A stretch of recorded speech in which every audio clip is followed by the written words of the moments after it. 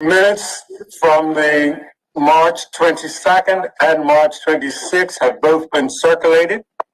Are there any amendments, adjustments, or corrections required? There are none. Messages from the governor? There are none. Announcements from the Speaker? There are none. Messages from the Senate? There are none. Papers and other communications to the House? I believe there's one this morning in the name of the Premier. Premier, would you like to present your statement, your communication, rather?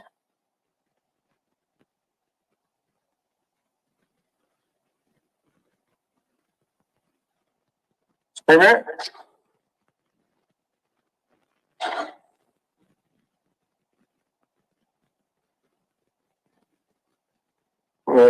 Anyone else have it? Anyone do it on his behalf?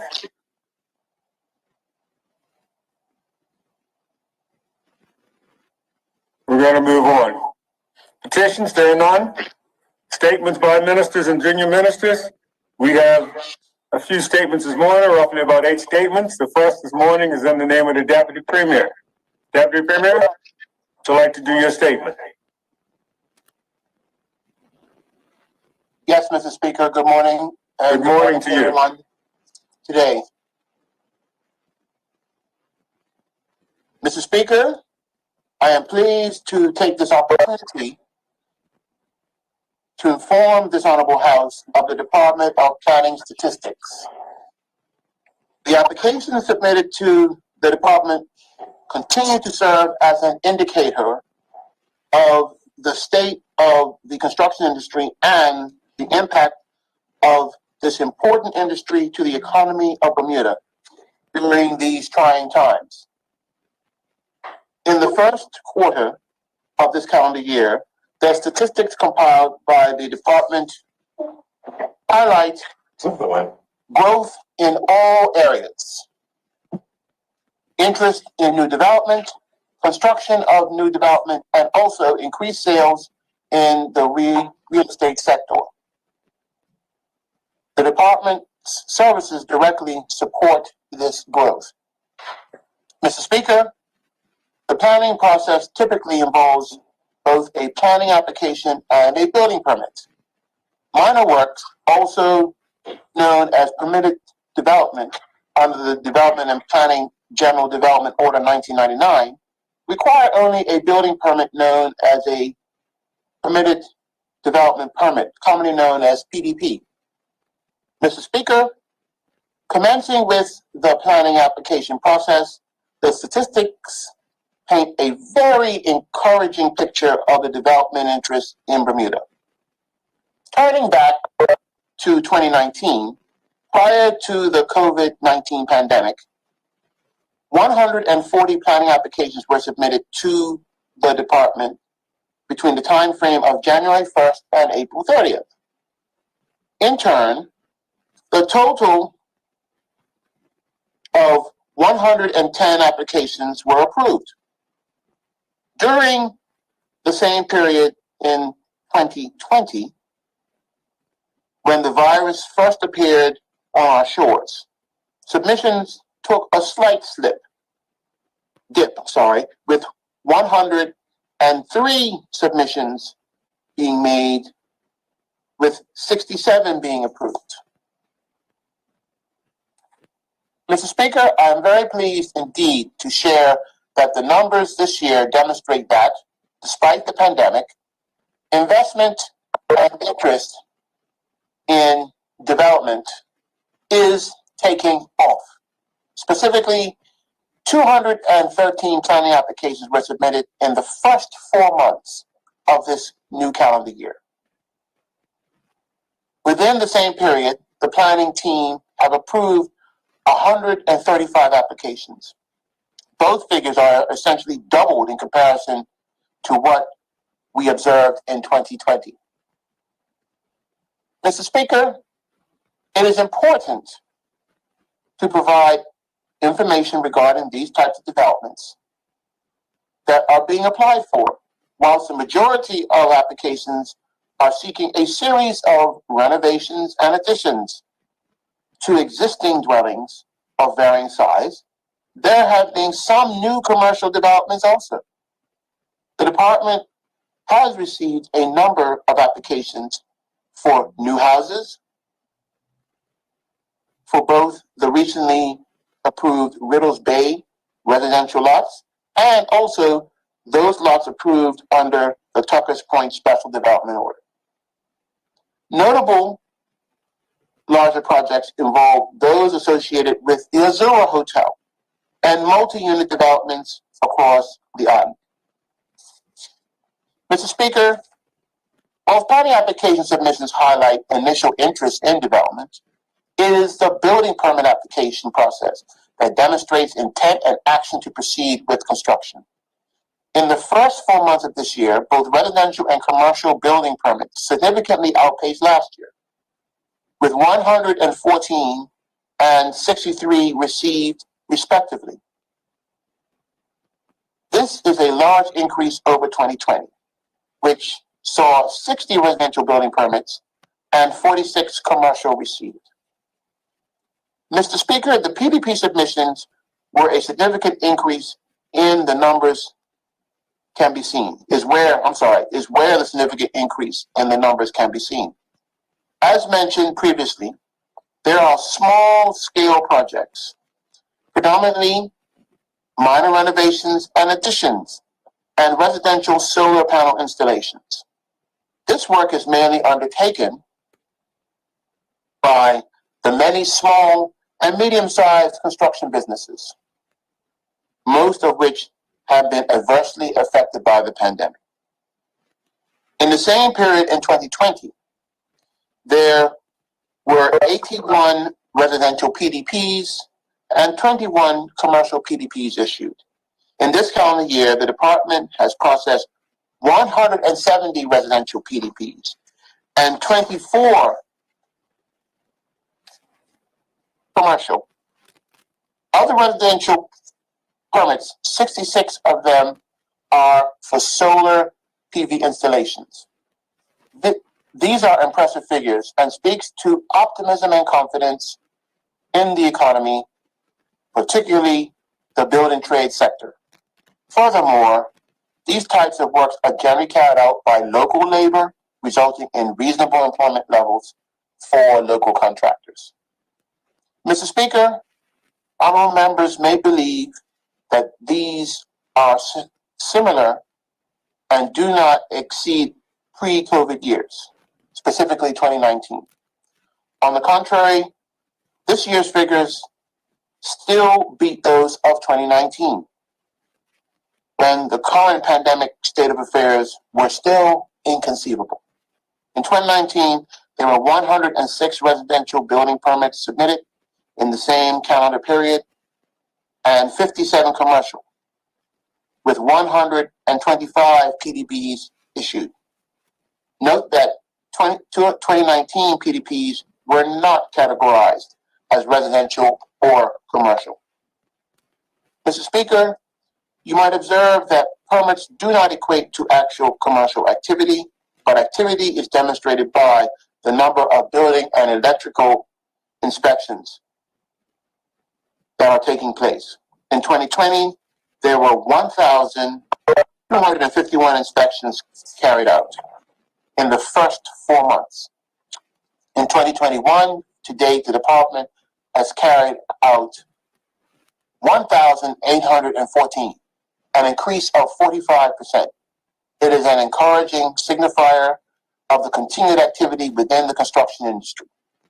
Thanks to the department's recently implemented records management and database, Energov, granular information is more readily available.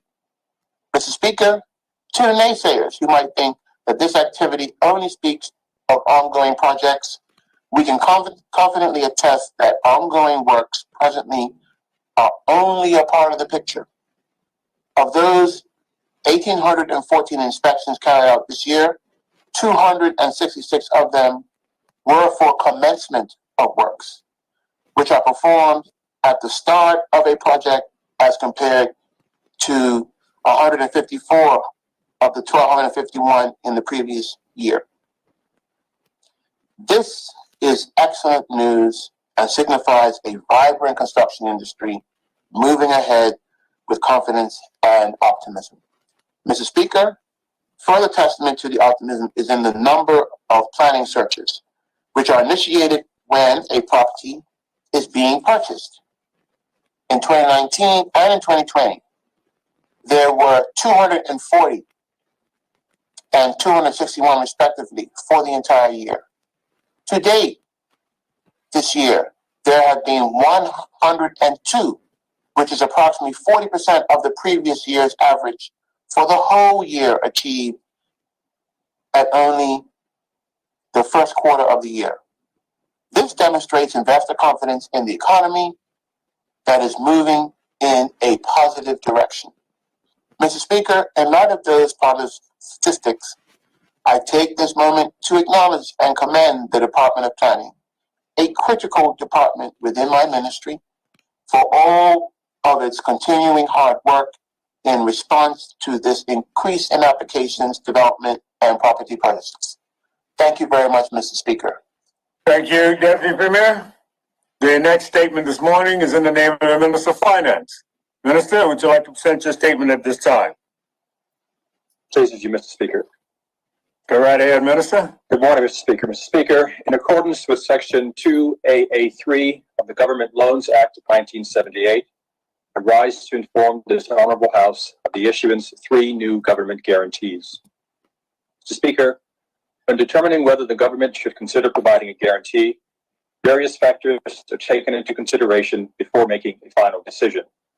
These factors include whether the guarantee is part of the government's plan to diversify the economy, whether the project being guaranteed is of national importance and is therefore beneficial to the country, or whether an implicit guarantee needs to be replaced by an explicit guarantee in order to save on borrowing costs.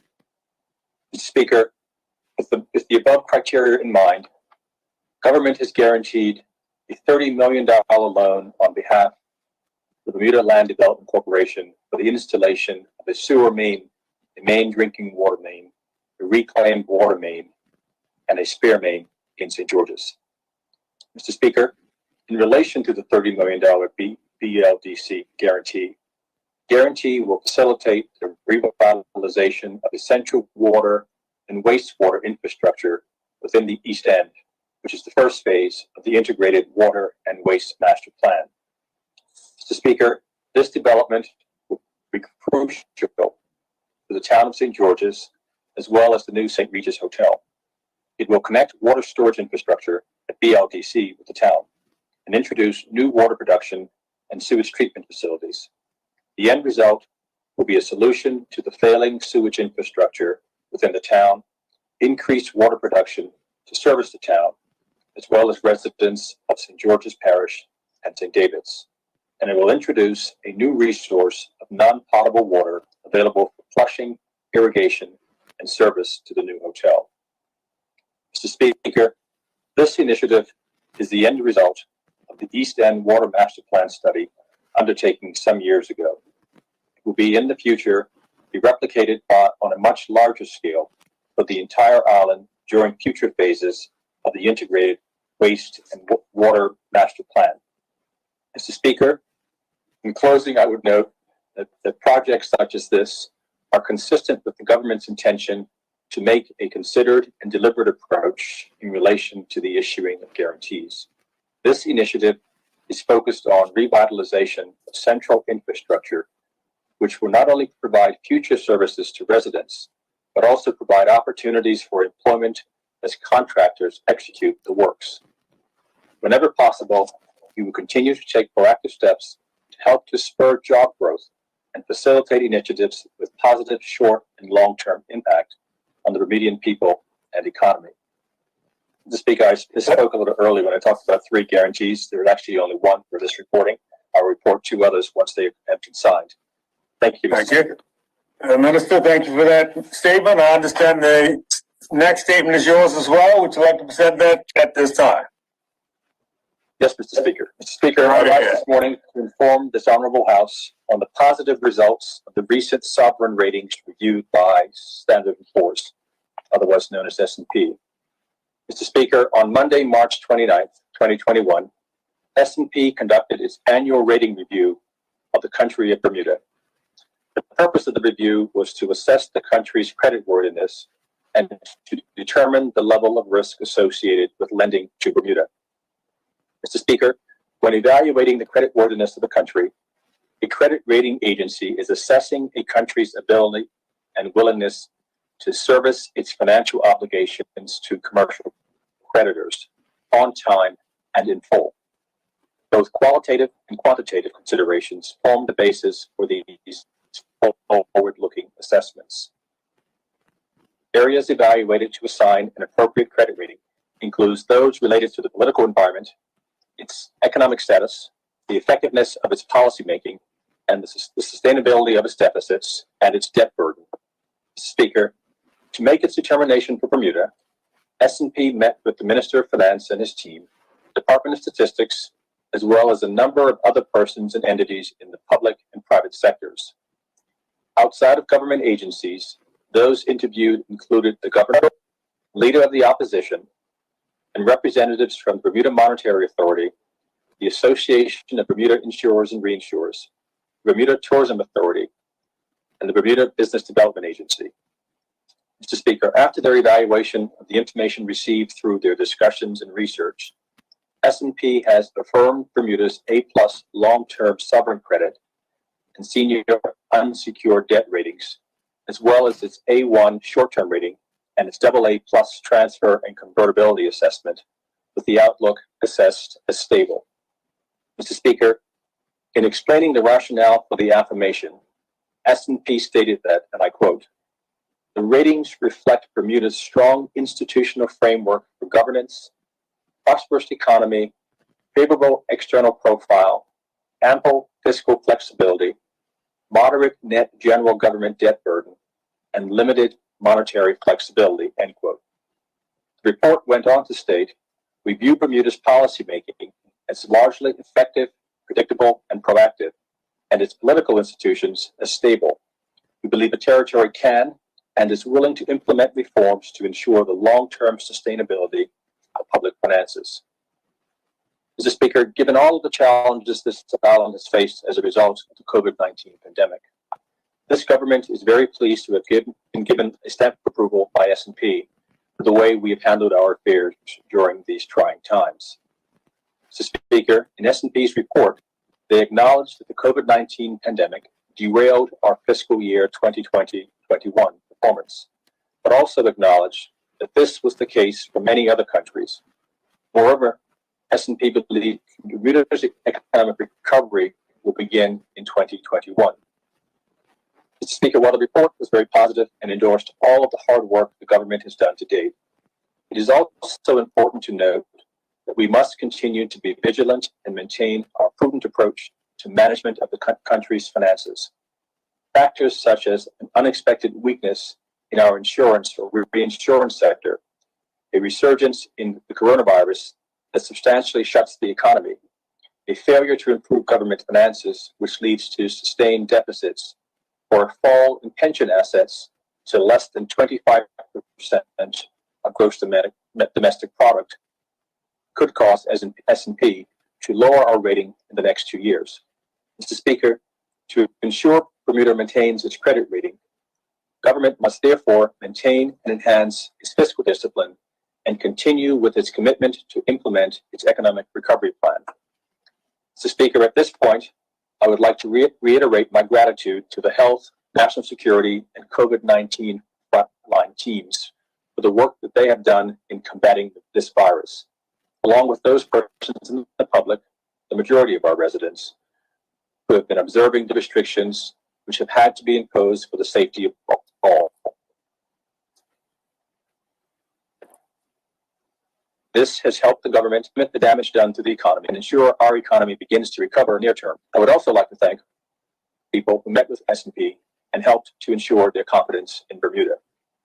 Mr. Speaker, in closing, I would like to highlight that this government pledges to continue to implement reforms to ensure the long-term sustainability of public finances and economic growth over the long term. and to build a more inclusive and stronger Bermuda. The successful implementation of these and other key measures will ensure that Bermuda prospers and that credit rating agencies continue to endorse the creditworthiness of Bermuda. Thank you, Mr. Speaker. Thank you, Minister. The next statement on the order this morning is in the name of the Attorney General. Honourable member, would you like to present your statement at this time? Yes, thank you, Mr. Good morning, Mr. Speaker. I'm pleased. Good morning. Good morning again. I'm pleased this morning to provide this Honorable House with an update on efforts to meet the Government Reform Initiative Wellness Objective. Mr. Speaker, as a reminder, in November of last year, I informed this Honorable House that the responsibility for government reform now falls under the remit of the Minister of Legal Affairs and Constitutional Reform. At that time, I provided an update on much of the foundational work currently in progress and specifically conveyed that the government has prioritized development of its people who are our public officers and platform, which is our information technology, while simultaneously taking the necessary steps to undertake a value assessment of all public services with a view to using the data to make sound, data-driven decisions. Mr. Speaker, while I committed to return to this Honorable House with a further update following the outcome of the public service assessment to share the impact that its results will likely have on the delivery of public services in the future, we are not at the stage to share this work as of yet. That said, given the current and ongoing coronavirus pandemic conditions, however, I thought it important today to highlight the employee wellness objective as set out in the Government Reform Initiative and to provide an update on steps taken by the government as a leading employer in Bermuda to ensure the health and well-being of its officers. Mr. Speaker, an objective of the people component of government reform was to have 50% of public officers participate in a government wellness program. The 50% participation rate was to be achieved by 2020. While we had made quite an excellent start with the implementation of the Global Challenge program that saw in excess of 650 public officers participate, COVID-19 proved somewhat of a disruptor to our progress. Mr. Speaker, the Wellness Committee established under the sponsorship of the head of the public service has refocused their activities and continues to work towards achieving our government reform wellness objectives. Mr. Speaker, the coronavirus pandemic has affected our entire community in many ways. As an employer, the health crisis ushered in significant workplace challenges and changes. While the government was working tirelessly to adapt to the public health crisis and the massive economic and social challenges defined by the pandemic, we were also required to focus on our employees and the health of public officers to enable continuity of services. Mr. Speaker, it was imperative that the corporate wellness program continued. Therefore, as an employer, the government was forced to adapt to approaching employee wellness differently. The government therefore introduced a Move Spring Steps Challenge for public officers in fall 2020. The program ran for 100 days and concluded in January 2021. Collectively, 485 public officers logged 210,781,333 steps. Overall, for both challenges, that is the Global Challenge and Move Spring Challenge, a combined total of 1,135 public officers committed to improving their health and performance through their active participation in the program. As a result, they have increased awareness of their nutrition, focus, sleep, balance, and physical activity.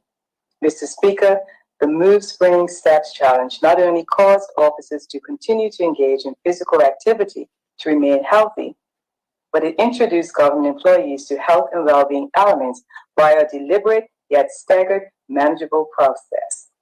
Similar to the Global Challenge Launch Initiative, which required group activity, the Move Spring Challenge required public officers to self-manage their fitness approach by setting individual goals and join specific mini-challenges created by our Wellness Committee. These experiences were brought to life through the use of websites and smartphone apps. They were immersive health and well-being experiences that informed and engaged employees.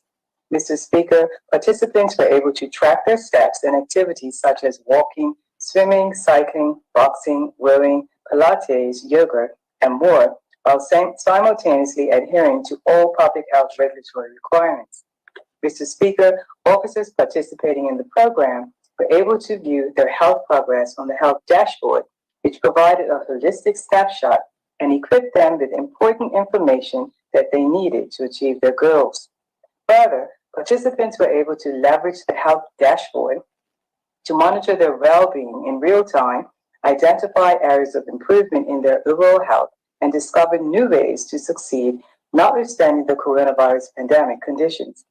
Mr. Speaker, public officers have worked exceedingly hard with multiple lockdowns, remote working, and essential service delivery. Research suggests that the current coronavirus pandemic requires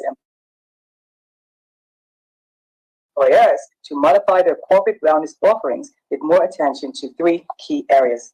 These include more virtual wellness offerings, greater focus on mental health, and greater focus on population health management. Mr. Speaker, this government remains steadfast in its commitment to employee wellness and achieving our wellness objectives in the best interest of all public officers. In these circumstances, the focus for the Employee Wellness Program 2021 is mental health and well-being under the theme of Mental Health Matters. Mr. Speaker, this theme is based on research in which the World Health Organization, or WHO, estimated globally 264 million people suffer from depression, one of the leading causes of disability, with many of those people also suffering from symptoms of anxiety. A recent WHO-led study estimates that depression and anxiety disorders cost the global economy US $1 trillion each year in lost productivity. Improving the mental health of public officers, making them mentally resilient to stress from COVID-19 pandemic, can improve thinking, decision-making, workflow, and relationships at work. All of this translates into increased productivity. Mr. Speaker, employee wellness is a leading strategy in reforming the workplace through increased productivity, hence the reason it is one of many initiatives that this government is actively pursuing.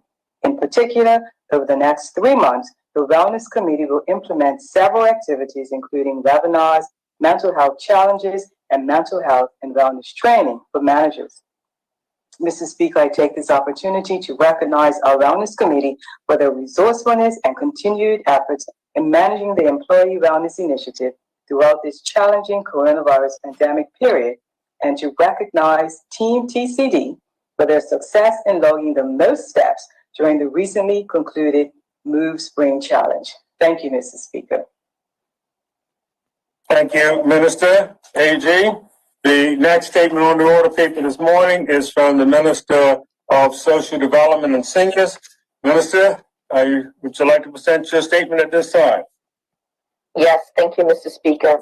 Go right ahead, Minister.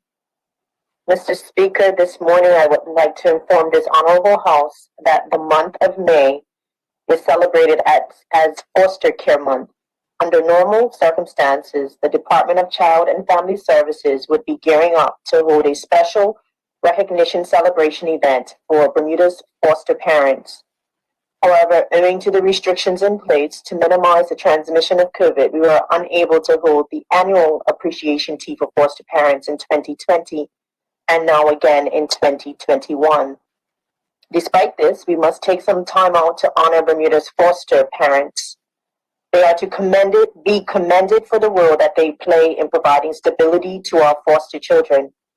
Foster parents open their hearts and their homes by taking in children who, for a variety of reasons, cannot maintain or remain with their families. The foster parents provide nurturing guidance and love for foster children. Foster parents, with the support of the Department of Child and Family Services, provide a safe haven for the children. Mr. Speaker, Bermuda has close to 70 foster families on island.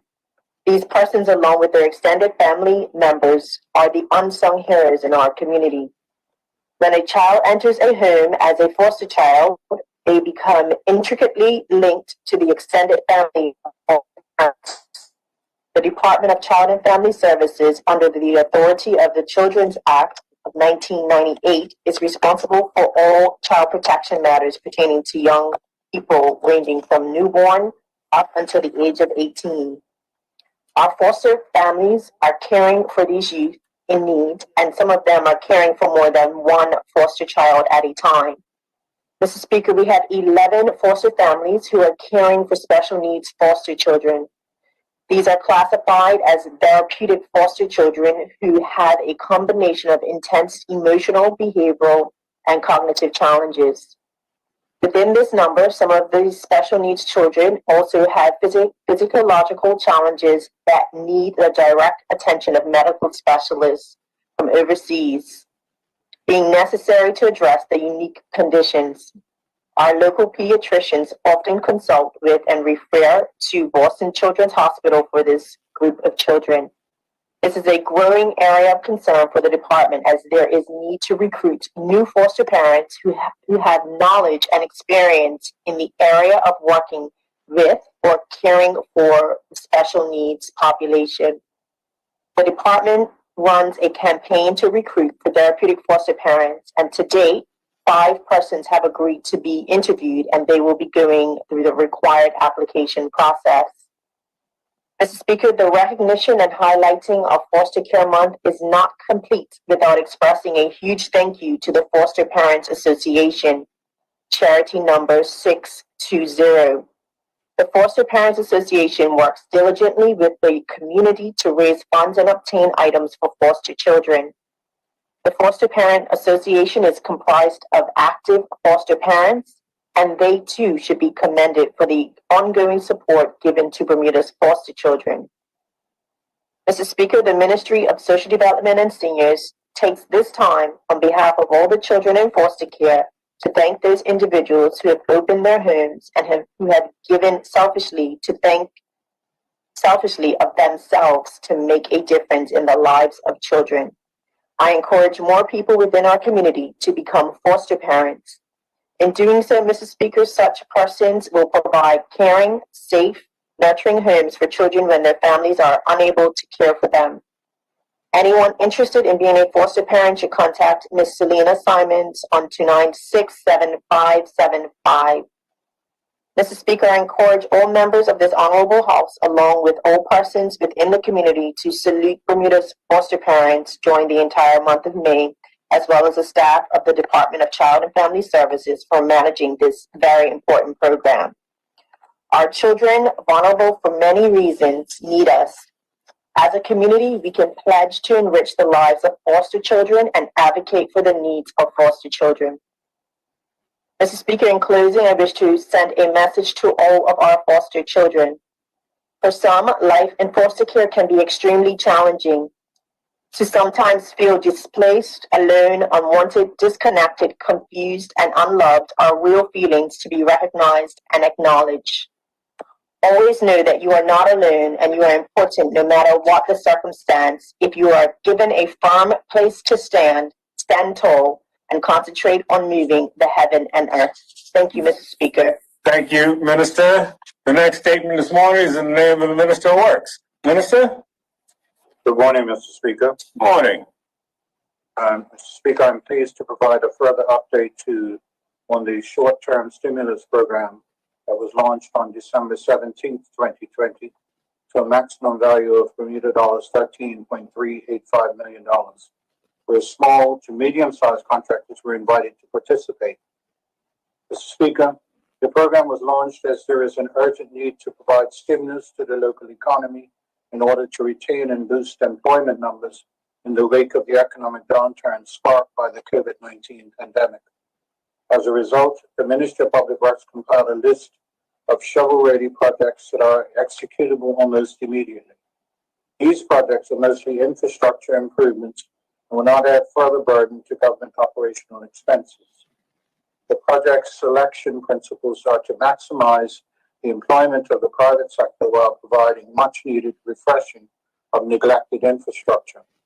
Mr. Speaker, to ensure allocation of the stimulus funding across the participating businesses, the Ministry will maintain a register of approved contractors and awarded contracts to ensure that no one company monopolizes the project list. Once a company obtains a project, they will be rotated to the bottom of the list to allow other companies an opportunity to work. The guiding principle is to prioritize all companies that provide the most employment benefit per dollar spent while spreading the work among Bermudian owned and operated businesses. Many of these small to medium-sized businesses have never worked for government before, and oftentimes the challenge is cash flow. In light of this, we have arranged with the Accountant General's Department to accelerate the payment schedule to every 2 weeks, noting that those who owe government money must engage in a payment plan in order to secure the work. Things are moving in the right direction, starting off a bit slowly due to lead times for materials and companies having to sort out their outstanding balances prior to the award of a contract. Mr. Speaker, to date, 93 out of the 98 companies have been approved and are pre-qualified to work with the government. All 98 have been evaluated. The 5 companies who did meet the criteria have not responded to requests to submit missing mandatory documents, and that option has now ended. 9 contracts have been awarded to date. The MDL renovation project has been awarded to Gray Main Contracting Limited. The Flatsbridge Handrail project has been awarded to Strikeforce General Trucking, Excavating and Maintenance Limited. Site visit conducted this week, awaiting lumber order which is delayed due to COVID, aiming to a start date of May 24th. Artemis Building B interior work. Project has been awarded to Integro Interiors Limited. Long lead time for some materials, but beginning to mobilize on the site.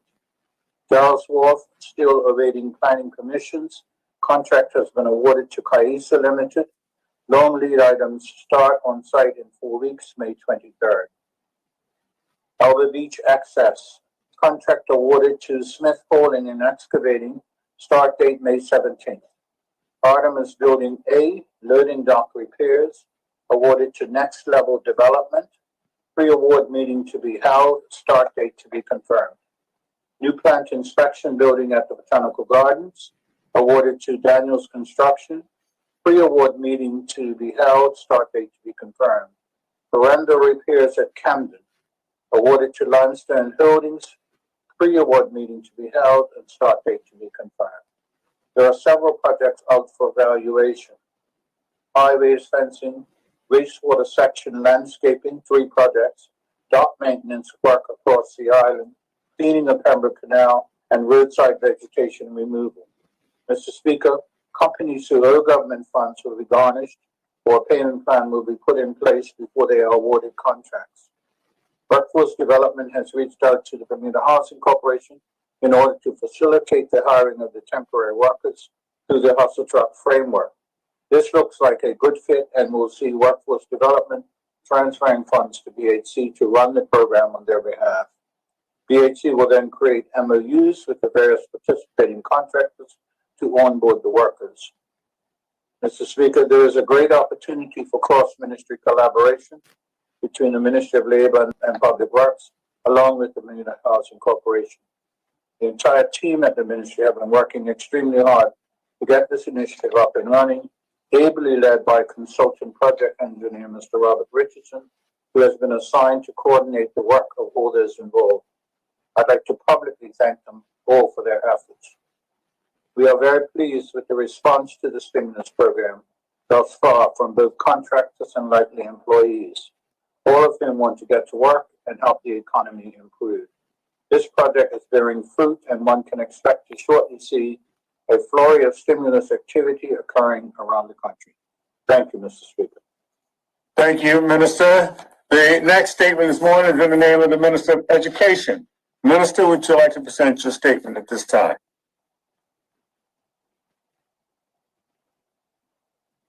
Minister? Yes, I'm just waiting for my video to come up. Can you hear me, Mr. Speaker? We can hear you and see you. Go right ahead. All right. Mr. Speaker, this morning I rise before you and my honorable colleagues to share the plans that have been put in place to reopen our schools safely for in-person learning on Monday, May 10th. Mr. Speaker, I begin by first thanking our school principals and preschool administrators, our teachers and other school staff, Department of Education officers, and parents and guardians for working together during the past 4 weeks to provide online teaching, provide guidance and support services to our students. I acknowledge that there are additional demands placed on staff and parents during remote learning, and in recognition of this, I highlight and celebrate their resilience and perseverance with navigating all the different virtual platforms that were used for remote learning with our students. Mr. Speaker, before I continue, I pause here to give a big shout out to our principals, teachers, and staff as Teacher Appreciation Week 2021 comes to a close. Our principals and teaching staff do a great job throughout the school year, and I could not let this week end without publicly acknowledging all of them. I'm sure our parents join with me in extending our appreciation and gratitude to them. Mr. Speaker, as our students and staff prepare to return to in-person learning on Monday, the Department of Health has emphasized the need for all students and all staff to adhere strictly to the safety and health protocols for schools. These protocols provide schools with a daily routine structure for applying the government's comprehensive prevention and control measures aimed at protecting staff and students and mitigating and reducing the risk of transmitting COVID-19. Mr. Speaker, the approach used in our schools' safety and health protocols is supported by current research from the Center for Infectious Disease Research and Policy. In an April 30th, 2021 article published by this center, recent research findings revealed that, and I quote, when strict protocols were implemented for preventing, diagnosing, and managing school-associated cases, in-person learning in public schools was not associated with increased prevalence and incidence overall compared with the general community, and secondary transmission was infrequent, end quote. In this regard, Mr. Speaker, as schools prepare to reopen on Monday, it is critically important for staff and students to adhere to all safety and health protocols 100% of the time. This must be the standard because following the protocols is a contributing factor to ensuring the sustained safety of staff and students. Additionally, Mr. Speaker, the Department of Health has emphasized the significance of staff and students wearing masks and wearing them correctly. That is, covering the nose and mouth and fitting the mask snugly across the nose, cheeks, and chin to protect others. Our principals will ensure that this protocol is followed continuously as we reopen our school buildings. All staff, no matter what school level, must wear their mask all day. Students at the middle and senior schools must wear their masks all day, while students at the preschool and primary level will wear their mask only during times outlined in the safety and health protocols. Mr. Speaker, the Department of Education has provided school staff with reusable cloth masks, and there are measures in place for the provision of disposable masks for staff if needed. Parents and guardians are responsible for providing masks for their children, and we need parents to ensure that children have an extra mask or two in their school bags in the event that their mask gets soiled or damaged. As stated, mask wearing plays a key role in protecting others from COVID-19 viruses. Mr. Speaker, it is pleasing to know that there are businesses that recognize the importance of working together to keep our schools safe. This week, the General Manager of Bermuda Cleaning Limited, Mr. Ryan Fires, made a donation of over 1,000 cloth masks for distribution in our public schools. The masks are an assortment of having the classic Bermuda crest, the Bermuda Islands, and the Somerset and St. George's cup match theme designs. These masks will be distributed to students with an identified need. Mr. Speaker, when Mr. Farish reached out to me, he stated, with the upcoming potential reopening of schools, we think this could be a great time to provide the donation of masks to the Department of Education to help with the safe return to school for kids and teachers. Mr. Speaker, I thank Mr. Farish and the staff at Bermuda Cleaning Limited for their generous donation and for their efforts in support of safe schools. I also invite other businesses to reach out to school principals or the Department of Education if they would like to donate masks for our students. Mr. Speaker, let me share another safety measure that will be implemented in schools.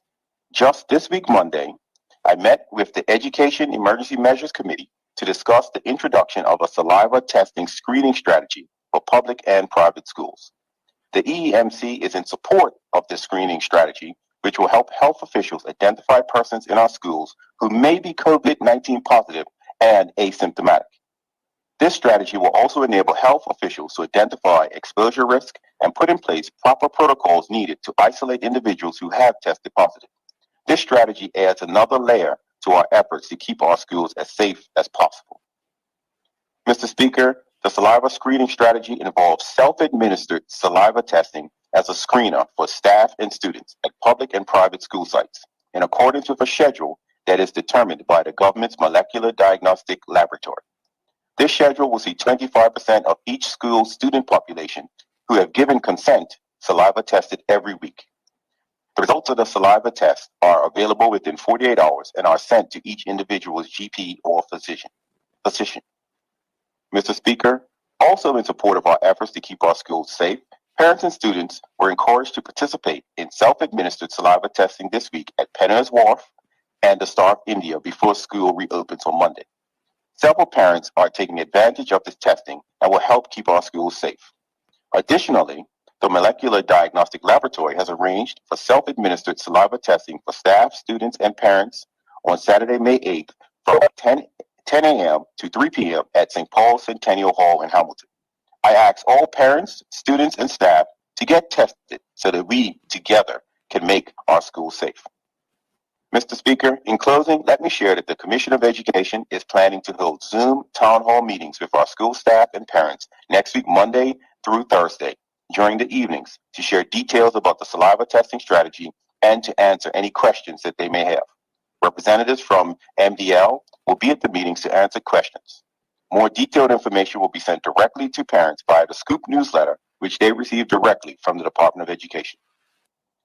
Mr. Speaker, we are committed to the safety and well-being of all students and staff in our schools, and I thank the officers at the Department of Health and the team at the Molecular Diagnostic Laboratory for working with the Department of Education to help keep our schools safe. We look forward to a safe reopening of schools on Monday, May 10th. Thank you, Mr. Speaker. Thank you, Minister. The next statement this morning is in the name of the Minister of Transport. Minister, would you like to present your statement? Yes, Mr. Speaker. Go right ahead. Mr. Speaker, much has been said in the media recently about the payments being made to Skyport under the minimum revenue guarantee obligations, as set out in the project agreement.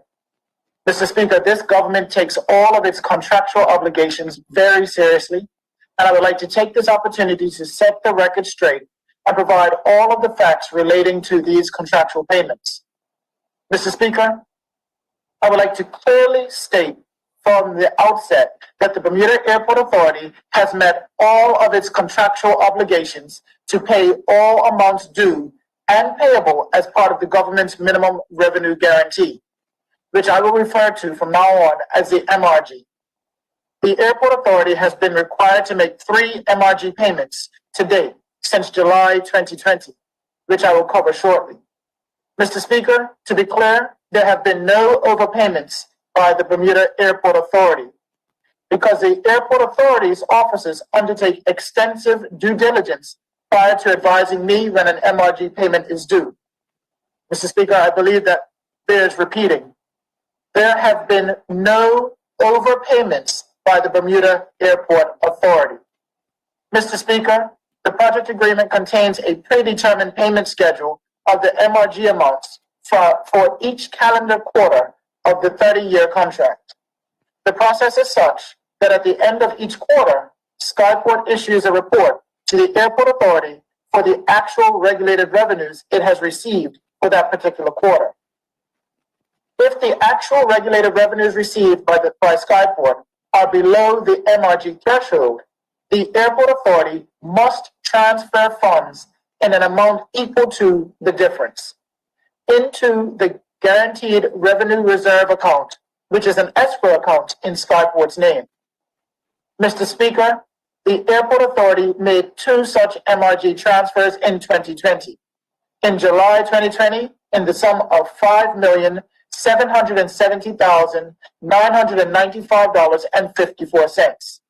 And then in October 2020, in the sum of $15,232,889.70. Mr. Speaker, The intent of these payments is to support Skyport's debt servicing. Mr. Speaker, in December 2020, as per the project agreement, the escrow account was audited by an external independent firm. The audit concluded that the account had in excess of approximately $4.2 million. This amount was subsequently transferred by Skyport back to the airport authority. Mr. Speaker, at the end of March, Skyport reported that the actual regulated revenue it had received for the quarter were $3,929,849.89 below the MRG threshold. As such, the airport authority was obligated to transfer that amount to the escrow account in April of 2021. This $3.9 million payment was paid out of the $4.2 million that Skyport was obligated to return to the airport authority back in December. Mr. Speaker, this is a complex matter, and the Bermuda Airport Authority is doing an excellent job in managing it, along with all of the other contractual obligations and oversight responsibilities. I would like to reiterate, Mr. Speaker, that the Bermuda Airport has met all of its contractual obligations relating to the MRG payments, and this government has and continues to provide the necessary funds to enable the airport authority to meet its contractual obligations.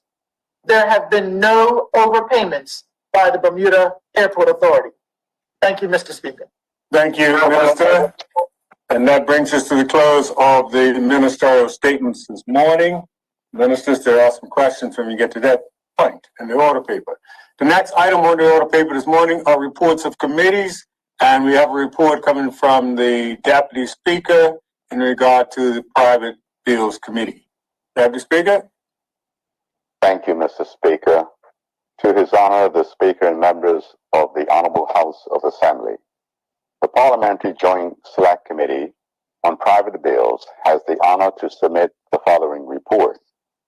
The committee has carefully considered the petitions, together with the related bills, for the acts listed hereunder, and is satisfied that the bills are private bills and that all the rules of both houses having to do with private bills have been complied with. Number one, the Walsingham Trust Amendment Act 2021 and the Willowbank Foundation Amendment Act 2021. The committee recommends that the bills entitled the Walsingham Trust Amendment Act 2021 and the Willowbank Foundation Amendment Act 2021 be accepted subject to agreed amendments. Subject to the recommendations contained in paragraph 2 above, the committee recommends that the prayers of the petitioners be granted and that leave be given to bring in the proposed bills to give effect thereto. All which are respectfully submitted. Thank you, Mr. Speaker. Thank you, Deputy Speaker. Members, I'm going to seek your indulgence at this moment to allow us to return to an item that was earlier on the order paper that was not done at the time. We are going to return to the papers and communications to the House. And Premier, are you available now to present your paper? Good morning, Mr. Speaker. I am, and I thank you for allowing me to this, and apologies for not being in the chamber earlier. Go right ahead. Thank you very much, Mr. Speaker. Mr. Speaker, I have the honor to attach and submit for the information of the Honorable House of Assembly the audited financial statement to the Office of the Information Commissioner for the fiscal year ending the 31st of March, 2020. Thank you, Premier. Members, that now brings us to the question and answer period. As we know, it's a 60-minute allotted for this, and there are no written questions this morning. So the only questions today are in reference to the statements that were given by ministers today. And at this stage, we have 4 ministers who have questions for you today. And the first is for the Deputy Premier in reference to your statement this morning on the Planning Department. That question is from MP Jackson. MP, would you like to put your question? Yes, good morning, Mr. Speaker. Good morning. Deputy Premier. My question it concerns the fact that I'd like to know given the fact that we've had such a high volume of applications this year, I'm just curious what consideration has been given for those that have been shelter in place to be able to read or see the application notices and be able to submit any objections. Thank you. Minister, would you like to respond? Thank you, Mr. Speaker, and thank you for that question. The new system, Energov, which I referenced in my statement, provides any member of the public the opportunity to see any submissions related to a properly filed application. So anybody can go online and properly gain access to the system and view any submissions related to an application. Thank you, Minister. Just as in like the same way as they would have traditionally been able to visit the department and to view a file. Thank you. Supplementary? No supplementary, thank you. New question? No? Okay, thank you, MP. The next statement this morning that has questions, is that for the Minister of Finance? Minister of Finance, you have the question this morning in reference to your statement regarding the government guarantees, and that question is from the opposition leader. Remember, would you like to put your question? Thank you, Mr. Speaker. To the Minister, I accept the guarantees that he has provided to the BLDC, but I'd like to have a summary of the bigger picture of the guarantees outstanding at this point in time. Can the Minister provide the names of all agencies that have an outstanding guarantee at this time? Thank you, Minister. Speaker, yes, I can provide the names of all of the agencies or quangos that have a guarantee outstanding at this point in time. Can he name them? Minister? Speaker, the Bermuda Housing Corporation, the West End Development Corporation, Bermuda Economic Development Corporation, Bermuda Hospitals Board, Morgan's Point, Bermuda Tourism Authority, Bermuda Casino Gaming Commission, Hotel Bermuda Holdings Limited, and the Bermuda Land Development Corporation. What about Bermuda Beach Club? Is this a supplementary? Supplementary, yes. Yes. Bermuda Beach Club?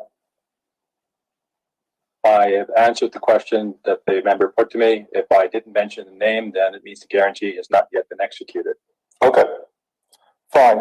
Any further questions? Point of order, Mr. Speaker. Point of order?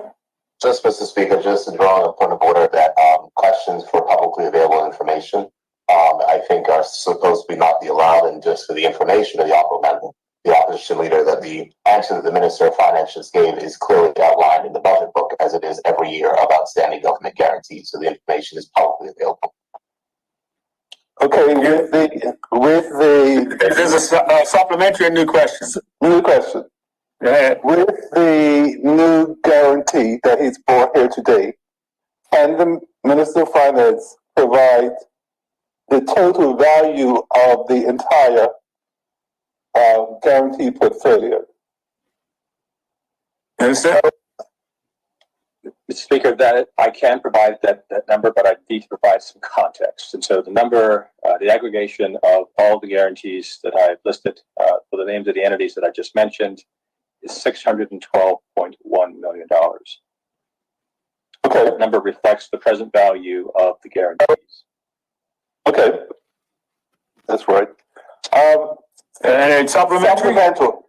Yes. If we have assumed the risk for Morgan's Point, why is the $165 million of guarantee still outstanding? Or is this just, you haven't brought it to a conclusion as yet? Minister? Mr. Speaker, I believe I, in prior statements in this House, have made colleagues aware that the government took the step of purchasing the bonds that were subject to guarantee in order to ensure that it had as many rights available to it as possible to recoup the money. As of yet, the government still is the holder of the debt instruments, and the guarantee remains outstanding, even though the guarantee is ostensibly for the government itself. Thank you. Supplementary or new question? No, that's it. He answered my question. Thank you. Thank you. The next statement this morning that has questions is the AG in reference to a question regarding the update on government reform. And it's from the MP Pearman. MP, would you like to put your question at this point? Thank you, Mr. Speaker, and I thank the Honorable and Learned Attorney General for her statement to the House this morning on the wellness objective.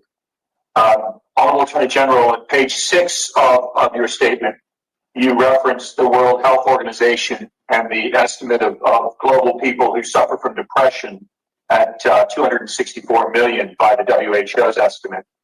That's approximately 3.3% of the global population, which would translate in Bermuda terms to about 2,000 people, give or take, who would suffer here on our island from depression. My question is this: in view of the additional mental health concerns that we're experiencing owing to the COVID pandemic, could you kindly share with the Honorable House what steps these government employees you spoke about can take if they're concerned about mental health issues? Thank you. Thank you, member. Minister AG? Thank you, Mr. Speaker, and thank you, member. Mr. Speaker, you will be aware, members will be aware that there are initiatives within the Ministry of Health, also within the Ministry of Social Development, that attend to this particular subject matter, and I would certainly be happy to liaise with my fellow ministers to provide that information in detail if the member so desires. Thank you. MP? Supplementary? Supplementary, yes. Yes. Thank you for the answer, Honorable Attorney General. Do you happen to know whether or not there has been an uptake or an increase in use of these resources over the past period of the pandemic? And AG? Yeah, I certainly don't have the figures on that, but I do recall a statement that I made some time ago at the beginning of the pandemic where there was an uptake on reporting of particular instances of trauma, etc., and the corresponding services would have been made available to persons. But once again, those stats are not the subject of my particular statement, which is more general and aimed at public officers. But the member can certainly reach out to the necessary agencies, or I can return that information to him as previously stated. Thank you, Attorney General. Thank you, Mr. Speaker. No further questions. Thank you. And the last statement that has questions this morning is the statement by the Minister of Education. Minister, you have questions from MP Jackson. MP, would you like to put your question at this point? Yes, thank you, Mr. Speaker. Good morning, Minister of Education. On page 2, you had mentioned how critically important it is for staff and students to adhere to all safety, any safety protocols. I'm just curious what consideration is being given to ensure that teachers are vaccinated. Minister? Thank you, Mr. Speaker, and thank you for that question. As it's been articulated in many forms and by the government, vaccinations are not anything that it's a personal choice. They are recommended that they get vaccinated. We encourage them to seek the advice of their general physician and then make the decision to get vaccinated or not based on that. Supplementary or further question? Supplementary, is any consideration being given to mandate vaccines for teachers and staff within the public education system? Again, I repeat, it is not the remit of the government to force people to get vaccinations. They've been given ample opportunity. They were put as part of the phase 1 vaccination process. We gave a special window during the Easter break, and all we can do is encourage them to be vaccinated. Thank you. Any further supplementary? Second question. Second question. Okay, go right ahead. Yes, has the Ministry of Education come up then with a contingency or business continuity plan in case an unvaccinated teacher creates an outbreak within the schools? And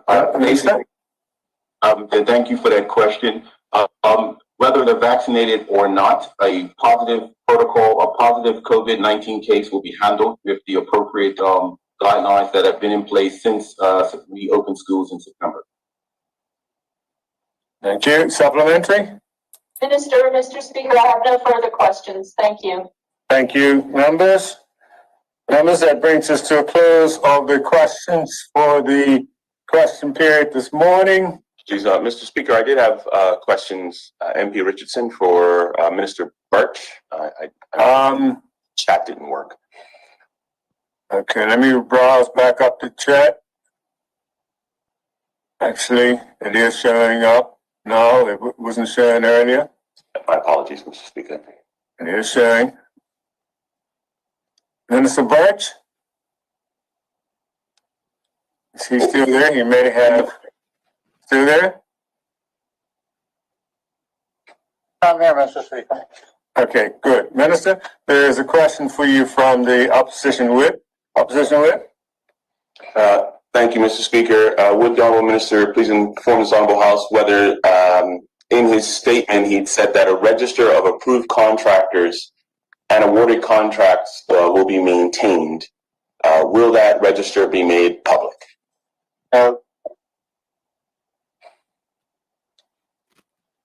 Do you hear the answer? Supplementary, why wouldn't the register be made public, given that other government contracts are published in the official gazette? The contracts that are awarded will be published, as I listed this morning, and will continue to do so as they are awarded.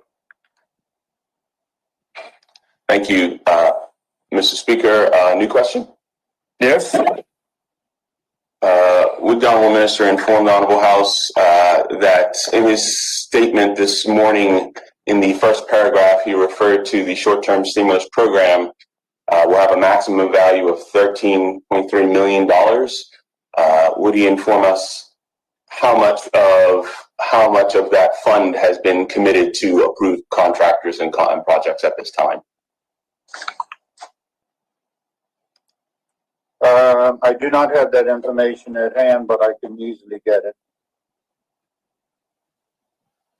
Thank you, Minister. Supplemental, would the Minister commit to providing that information in the next update? I'll commit to providing it by email to the House, probably this afternoon, but certainly by Monday. Okay. You got that, MP?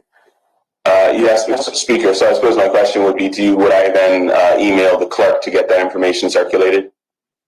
We can put it up on the SharePoint. Okay, thank you, Mr. Speaker. Okay. And last question, a new question, Mr. Speaker. Third question? Third question. Right, yeah. Would the Honourable Minister inform the House when the next update on the short-term stimulus program will be made? Understood. Certainly before the House rises. I don't think we'll have much movement in the next 2 weeks, but as soon as there is something significant to report, I shall do so. Thank you. Supplementary? No supplementaries from me, Mr. Speaker. Thank you, Mr. Speaker. Thank you, Honourable Minister. Thank you. Members, that closes out the question and answer period for us.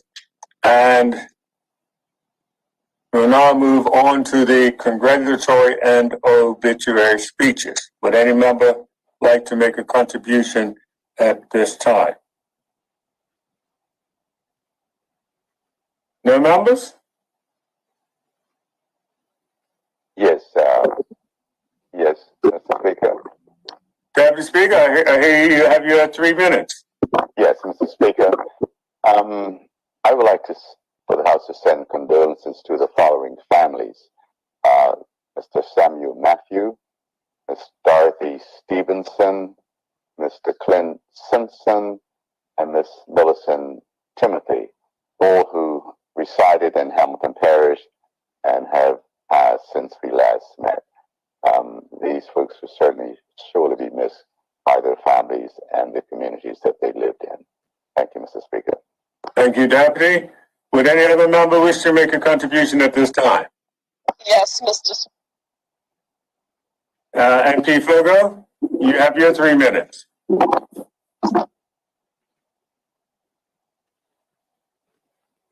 MP, we hear you, but we see you, but we don't hear you. We've lost your audio. MP? MP Flogo? Yes, now we hear you. Can you hear me? We can hear you now. Yeah, sorry, Mr. Speaker. Yes, people my class. I would like condolences to be sent out to the family of Mr. Walter Seymour. He was a centenarian. I think he made it to the age of 102. I think he would have celebrated his 103rd birthday this year had he, if he was still with us. Mr. Seymour was a trailblazer. He was one of the first blacks to establish a real estate agency. I can say that he definitely assisted me when I opened my real estate agency. He was the one who spoke up for me because that's part of the policy within the real estate world. To open up an agency, you must have someone who vouches for you, that has practiced for you.